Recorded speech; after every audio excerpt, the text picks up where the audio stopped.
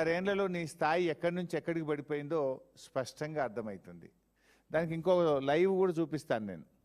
BRS party official వెబ్సైట్లో మా news ఛానల్లో 2000 మంది కేసీఆర్ గారిది 2K లైవ్ చూస్తూ ఉన్నారు నిన్న.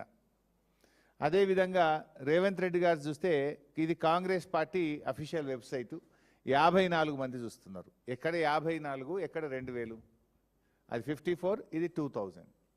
అన్నీ కలిపితే ఆల్ ఛానల్స్ యొక్క యూట్యూబ్ కానీ ఆన్లైన్ ఛానల్స్ కానీ అదర్ యూట్యూబ్స్ కానీ మొత్తం 36 లక్షల మంది కేసీఆర్ గారి ప్రసంగాన్ని చూస్తే రేవంత్ రెడ్డిది 4 లక్షలు.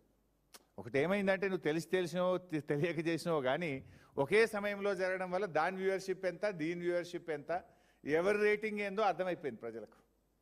రేవంత్ రెడ్డి గారి స్థాయి ఏందో, కేసీఆర్ గారి స్థాయి ఏందో రాష్ట్ర ప్రజలకు మాత్రం కంపారిజన్ మాత్రం స్పష్టంగా అటు చూస్తే 2000 కనబడుతుంది, ఇటు చూస్తే 54 కనబడుతుంది. అటు చూస్తే లక్షల్లో ఉంటుంది, ఇటు చూస్తే వేలల్లో ఉంది.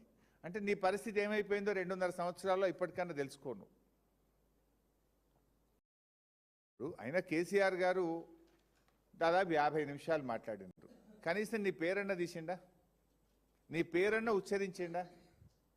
కేసీఆర్ గారు మాట్లాడితే రైతుల గురించో, విద్యార్థుల గురించో, ఉద్యోగుల గురించో, రాష్ట్రం గురించో, ఆటో కార్మికుల గురించో, విద్యుత్ సమస్యల గురించో, సాగునీరు త్రాగునీటి గురించో ఆయన ఒక స్టేట్స్మెన్గా మాట్లాడారు.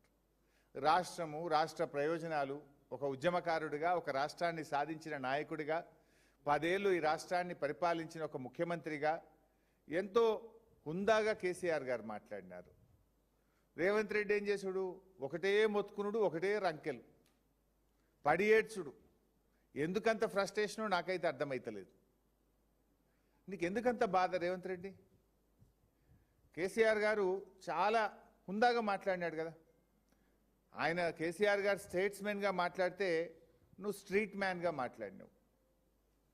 కేసీఆర్ గారి ఇంట్రెస్టు స్టేట్ ఇంట్రెస్టు, నీదేమో కుర్చీ సీట్ ఇంట్రెస్టు.